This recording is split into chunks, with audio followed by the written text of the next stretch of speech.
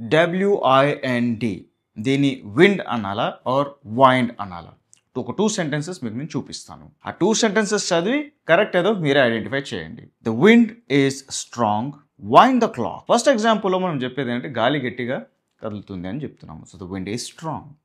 Wind the clock అంటే ఎక్కడైతే spring ఉంటుందో అది టాయ్స్లో కావచ్చు, క్లాక్లో కావచ్చు, అప్పుడు ఏమంటే అరే కొంచెం తిప్పురా క్లాక్ని, అప్పుడు మళ్ళీ తిరగడం స్టార్ట్ చేస్తుంది అని అంటాం కదా, దాన్ని వైండింగ్ అని అంటాము. ఇన్ఫాక్ట్ ఎప్పుడైనా వైర్ని దేనికైనా చుట్టినా కూడా మనం వైండింగ్ అని అంటాము. సో స్పెల్లింగ్ సేమ్ ఉంది, కానీ ఇక్కడ ఒకటేమో క్రియ, ఒకటేమో ఒక వస్తువు. అంటే గాలి, గట్టి గాలి అనేది ఒక వస్తువులాగా భావించవచ్చు, అండ్ వైండింగ్ చేసేది క్రియగా భావించవచ్చు. అయితే ఎప్పుడు విండ్ అని చదవాలి, ఎప్పుడు వైండ్ అని చదవాలి, ఇదే మెయిన్ కన్ఫ్యూజన్. దీనికి క్లారిటీ ఏంటి? దీనికి క్లారిటీ ఎప్పుడు వస్తుందంటే మీరు IPA అంటే ఇంటర్నేషనల్ ఫొనెటిక్ ఆల్ఫాబెట్ అనేది ఒకటి ఉంటుంది. దీన్ని ఎందుకు సృష్టించారంటే బ్రిటిష్ వాళ్ళు ప్రపంచవ్యాప్తంగా ఎన్నో కంట్రీస్ని కొలోనైజ్ చేస్తూ వెళ్తూ ఉన్నారు. అప్పుడు ఏమవుతుందంటే అక్కడున్న ప్రాంతీయ ప్రభావం కూడా భాష పైన పడుతుంది. ఇన్ఫ్యాక్ట్ ఇంగ్లీష్ అనేది ఈరోజు మనం మోడర్న్ ఇంగ్లీష్ ఏమైతే అంటామో దీనిపైన Anglo Saxon, Greek, Latin, German ఇలాంటి చాలా భాషా ప్రభావం ఉంది. దాంతోపాటు ప్రాంతీయ భాషా ప్రభావాలు కూడా ఉంది.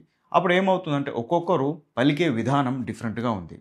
సో ఇలా కాదు, ఎవరు చూసినా ఒకటే ఏకీభవించి ఒకటే ప్రొనౌన్సియేషన్ ఉండాలి అని చెప్పి ఆ కన్ఫ్యూజన్ని తొలగించడానికి ఇంటర్నేషనల్ ఫొనెటిక్ ఆల్ఫాబెట్ అని చేశారు. దీన్ని IPA అని అంటాము. సహజంగా అమెరికన్ యాక్సెంట్ అని కూడా అంటూ ఉంటారు. సో ఇక్కడ విండ్ అనే స్పెల్లింగ్ IPA ప్రకారం చూస్తే ఇలా ఉంటుందన్నమాట. వైండ్ అని చూస్తే ఇలా ఉంటుందన్నమాట. సో ఈ అక్షరం ఏమవుతుందో ఈ ఒక్క అక్షరమే మనల్ని E అండ్ I అనే తేడాని సూచిస్తుంది. సో ఎక్కడి నుంచి వస్తుంది ఇవన్నీ అంటే IPA మన తెలుగులో కా, హా, బా, మా ఏమైనా పెట్టి తర్వాత మనం ఏ ఒత్తు పెడితే దానికి తగినట్టు కా అంటాం, కు అంటాం, కి అంటాం, లు అంటాం, లా అంటాం. ఇది చాలా స్పష్టంగా ఉంది. అంటే ఎవరి లిపిని చూసినా ప్రొడ్యూస్ చేయాల్సిన సౌండ్ ఒకటే.